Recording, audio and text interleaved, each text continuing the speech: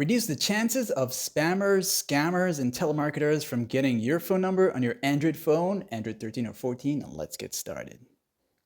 There's a feature known as phone number sharing, and once your Google services is enabled and you're signed into your Google account, you will most likely have this feature enabled by default. So go into the quick access and tap on the settings toggle. That'll take you straight into the main settings of your Android phone.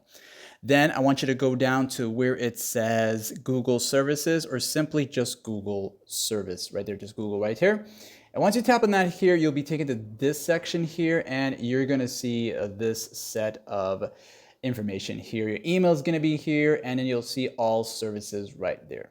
Once you tap on all services, you wanna go down to the part that says, keep going down until you see autofill and passwords, and you'll see phone number sharing. With this feature enabled, there's a high chance of your number accidentally entering into an app or a website that you're currently filling out information, and that's how scammers or telemarketers could most likely get your phone number, and you accidentally share it without you knowing it. So go ahead and turn this feature off. You can always input the number yourself, and this reduces the chances of those scammers getting your numbers. Like and sub.